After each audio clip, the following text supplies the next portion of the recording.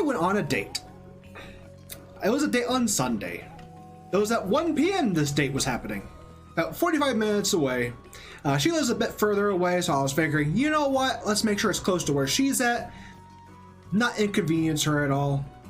And because I'm trying to be a good guy and I don't want to, like, have her be waiting, I leave early. When I get to the coffee place that we are going to meet, I walk into the building. I'm being waved over by a woman covered in bandages all over her eyes. It looked almost, and the bandages were like kind of semi coming off. It almost looked like she had post-it notes just plastered on her face in such a way that one eye was completely covered and the other eye she had to look up in order to see you. That's kind of just to kind of give you an idea of what the person looked like. Wearing a trench coat, probably in her 60s. And so since she is gesturing for me to come over, I'm thinking, oh, she was waiting for me. This is probably the person that I was here to meet. Doesn't look like her photo at all. Probably being catfished. So what do? I go up. Hello, hi, how you doing? Hi, can I use your phone? I was like, a little thrown off by this a little bit. And she's like, yeah, I'm trying to apply for some jobs. I don't have a phone. It was like, oh, this is what's going on here. Okay. Now, I'm overall, it doesn't bother me at all. So I'm like, okay, yeah, sure. Where are you needing to apply to? She gives me the address and I type that into my phone. It's like, okay, here it is. And like, she begins typing away. And it's like, okay, this is all fine. Notice from the corner of my eye, a gal that is standing like off, like has her back to me, looks semi what the person that I was supposed to meet looked like. So I like, hey, I say the person's name, like, is that you? Hey, Dawleyllama. Hi, or it's Dolly. Hi. And so it turns out that it was her. She and I, like, we go off to have coffee. I tell the person, the homeless gal, that like, oh yeah, just go ahead, keep on using the phone, just apply. Like, she's like, can I apply to like a few more places? Like, yep, you do what is best to help you out in the future. That was probably the first mistake. Just going the overly nice, like, yeah, do what feels right. Do what feels comfortable. So I began like talking with the date. Like, she and I, we talked for a few hours, and then she says like, hey, I have like a job that I applied for that I could go to. It's like, oh, cool, an interview, nice. Like, yeah, it's a few blocks down. Like, could you drive me there? This is mistake number 2. Now, what was screaming in my mind over and over was like, no, no, no, no! Because this is just general common sense. You do not let a stranger into your vehicle. Now, you'd think that because my brain is saying, no, stop! What comes out is probably, no, stop! No, not at all. What comes out of my mouth is, sure, I can do that. It's not that far, right? Like, no, just a few blocks down. Great. So I part ways. I exchange numbers with the gal, and I take the homeless person over to my car, including with the Walmart bags. Oh, and one thing to note. She was asking for like a place that she could stay. Like, if I knew anyone. I'm not from that area. It was about a 45-minute drive for me to get there. It's like, I don't know anyone. Could you go to like a shelter? Like, no, I had a bad experience with the shelter. Like, okay, that's fair. She has bandages over her eyes. I don't know what the cause of that. It may have been the shelter. I'm not going to pry. I asked the person I was meeting, I get, do you know anyone in the area? She's like, nope, I don't know anyone. Oh. And when the second person came by, the homeless gal took a plastic bag and put it over her head like a makeshift mask. She looked like in like those like mafia films Like, yeah, we got Two Toes Johnny over in the back seat, if you know what I mean. And he turned into look at the back seat, and there's just a body all banded up like in like garbage bags. One little plastic bag over the head. Like, that's what she looked like when she just put the plastic bag over her. Like, completely and totally bizarre. But anyways, we take her stuff over to my car. I put it in the back seat. I noticed I have my shovel in the back seat for when we get a lot of heavy snowfall, like when I'm at work. Work is like, no, if it's busy, we get our stuff done before we leave. It has to be really bad for us to actually call work and for you guys to go. And there have been times where I've had to use my little ice scraper that I use to take the ice off my windshield as a little makeshift shovel to get my car out of the freaking drift at work. So I had a shovel with me. It's like, okay, my brain is saying this is really dumb, but if something happens, we've got a weapon at least. And the other part of my brain is saying, look at her, she probably weighs 100 pounds sopping wet. It's not something to be concerned about. And the brain's going like, we don't know if she's got crackhead energy. Guess you never know. Anyways, that's in the back of my mind. Like, okay, I got a shovel. Yay. She gets in the passenger side. We begin driving over. Before we get there, she's like, "Oh, could we go and see if there's any place that has like extra clothes, cleaning supplies, that type of stuff?" And I'm like, "Okay, sure." So we began driving around the town, just over and over and over, and we're not able to find anything. So I finally say, like, "Hey, could what about the interview? Like, are we going to be missing that?" It's like, "Oh, it's okay. I'm not going to go." Like, or not? You're not going to the interview? Why? I couldn't find cleaning stuff. I can't go like this. Like, you need the job though. You need job. Job is there. It is opportunity. Why don't you go to at least try? But I'm too polite. I'm like, okay. You make your mama llama so proud and nervous. I know. Oh, also, hi, Ma. Anyways, finally she says, "Hey, could you? I have someone I could meet over at this lounge."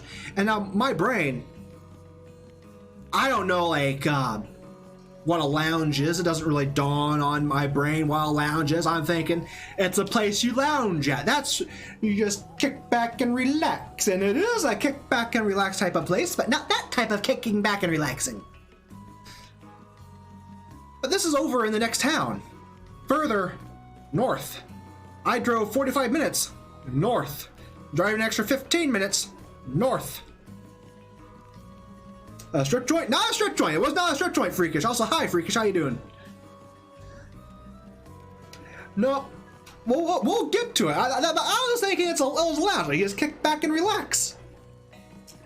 We get there, and so like, I need to quick use the bathroom. Like, okay, that's fine. We'll go ahead and like we'll go into the lounge. Oh, it is 100% legit business. It is a legit business. Don't worry. But she says, like, I need to quick use the bathroom. I'm like, okay, we'll go in there together. I get out of the passenger, or I guess this is like looking at the car. This is me, I guess. This is her. I get out of the car. I loop around. She gets out. She opens up the door. Told me that she had to use the bathroom. By the time I get over to the other side of the car, she had pulled down her pants, squatted, and began pissing. So I get to the other side of the car and it's like, oh! Bathroom as in here! Right outside my door! That type of bathroom! Not the establishment bathroom. Car door bathroom. Fascinating. So I see that, I just immediately turn around like, no, I'm giving her the decency to do her business and as much privacy as you can in the outside of the establishment with a road right there.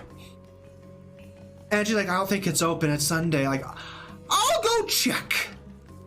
I walk over, I try one door, it's locked. It looks like it may be like an employee door.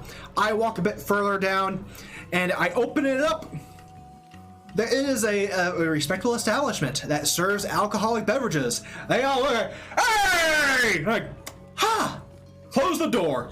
Because it's like, oh, okay, this is like a classic bar. Like when you see like those movies, like sports films of all the fans, oh, we're watching the sports game. I'm so excited for this sports ball game to continue. And they make them go, ah! That's what they did. I open up the door, ah! I go, oh. I walk over, tell her, like, she gets back into the car. It's like, okay, so you're staying back in the car. It is open. We could go meet the person. Like, no, they're over in another place. Like, they're now somewhere else. Oh, was that a voice? Hello. Hi, Tum Tum. Can you look at your Discord messages? Oh, jump in the. Doesn't want to work on a private call. Sure thing. Yeah. Test. Testing. Can you hear me?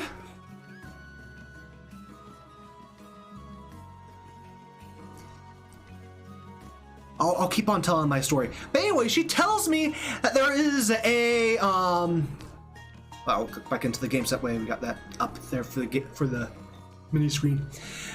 Anyways, thought this was going to end it with her offering sexual favors for monies. We're not done yet, Freakish. We're not done. Also, she was a bit on the older side, and yeah. Anyways. She asked if we can go to the local Casey's gas station, a little over half a mile away, to meet up with some friends. And I'm thinking, she's been messing with my phone for hours. And I tell her, and this is honestly the honest to God truth, I left my apartment at around noon, fully charged phone. At this time, it was at 10% battery. Yeah, I still had a 45-minute drive, well, now more 45, and probably over an hour drive to get back to my apartment. And I say, I really can't, I can drop you off here, but then I need to go. I'm like, okay. So we get over there, we pull into the gas station.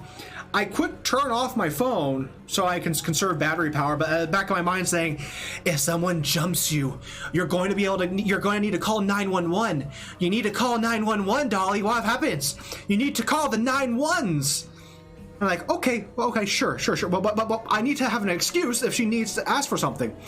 Fortunately, she does then ask, hey, can I use your phone for to Google something? It's like, I'm sorry. My phone's almost dead. I have over an hour drive to get back home, and my car is old. I need to keep this charged as much as I can. I need to turn it off to hold off onto it. How many times was she running at the same time? It's not so much how many things she was running. It was how long. Because we left, overall, me and the date, we talked for about, we talked from 1 to 4. So we talked for a few hours, and she was using the phone the entire time applying to jobs. And then we were using the phone as a GPS to, search for places to try and go. While we were driving around. And it was about, I think it was about 5:45 when I finally, I gotta get going. So we get to the gas station, I turn off the phone, I go out to the back seat to give her things that were, she had put in the back seat, because I'm not running off with her stuff. I don't want to do that. That does seem bad. It's like, hey, I hope that things go well with you. You're able to meet up with your person, and that you can find a place to stay. Like, yeah, thank you. And then she begins going door to door, like knocking on doors to find like someone. Like say, like, oh, okay, so she didn't know anyone here. Now, time for the drive back. Now, I had told my mom about this and said that I had never been to Boone before. And she says, that's not true, Jake. You've been to Boone before. Like, really? Yes. When you were 3. Like, oh! When I was 3, huh? I still have trouble believing that this is real life. Oh, trust me, my brain was saying that to my body the entire time. My brain was saying, you dumb asshole, why are you doing what? Stop, stop, stop! But I punch in my apartment number into the Garmin GPS I have in my car. Because I'd never been to Boone! No charger in the car? Nope. I should. But then again, then I wouldn't have had an excuse. Oh, say again, Tom? Dolly's, I said, let me put it this way. Dolly's car is probably worth less than the Garmin notes in it. It's old. I would say this. I would say that the car is worth more than the Garmin because the Garmin is also old. But I punched my address into the Garmin to bring me home. And it takes me on every single back road. Every single side road imaginable to my apartment. To the point where I was like, I have no idea where I'm at. Is this bringing me to my apartment or to my parents' place? And I reset it. It's like, oh, it's still bringing me to the same place. Am I misremembering my own address? Am I getting my apartment address confused with my parents' place? Like, nope, it's not. It was also very nerve-wracking when it tried to take me to the interstate, and the road to the interstate was not there. There was a bridge that I drove under. And that was it. There was no side road to go exit off onto said road. Nothing. It wasn't until about 5 to 10 minutes from my apartment that I began like, oh hey, I recognize that. I recognize that as well. Yay! And while I was driving home, I began feeling physically and mentally worse as my health began to deteriorate. Until I finally got to my apartment, I was like,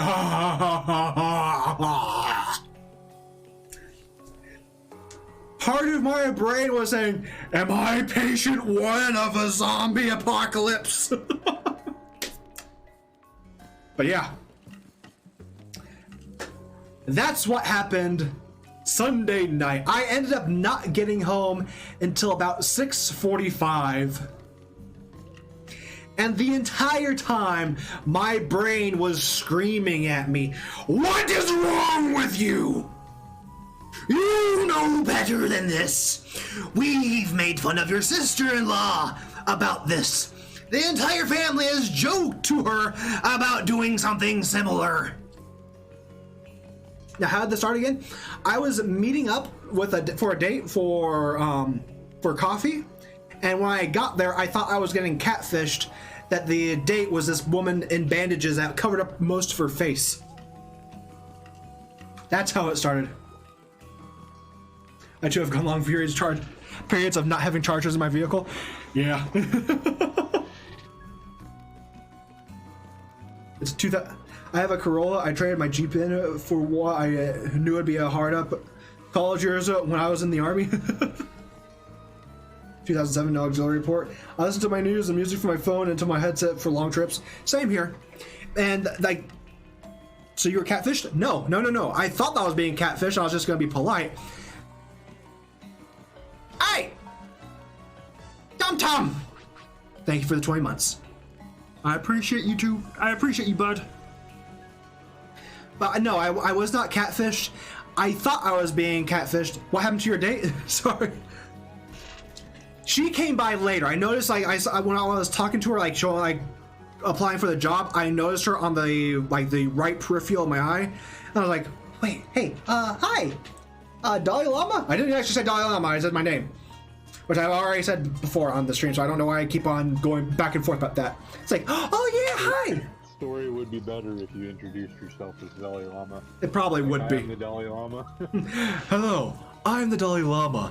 Yes, he died and was reincarnated as me. Anyways, let's go ahead.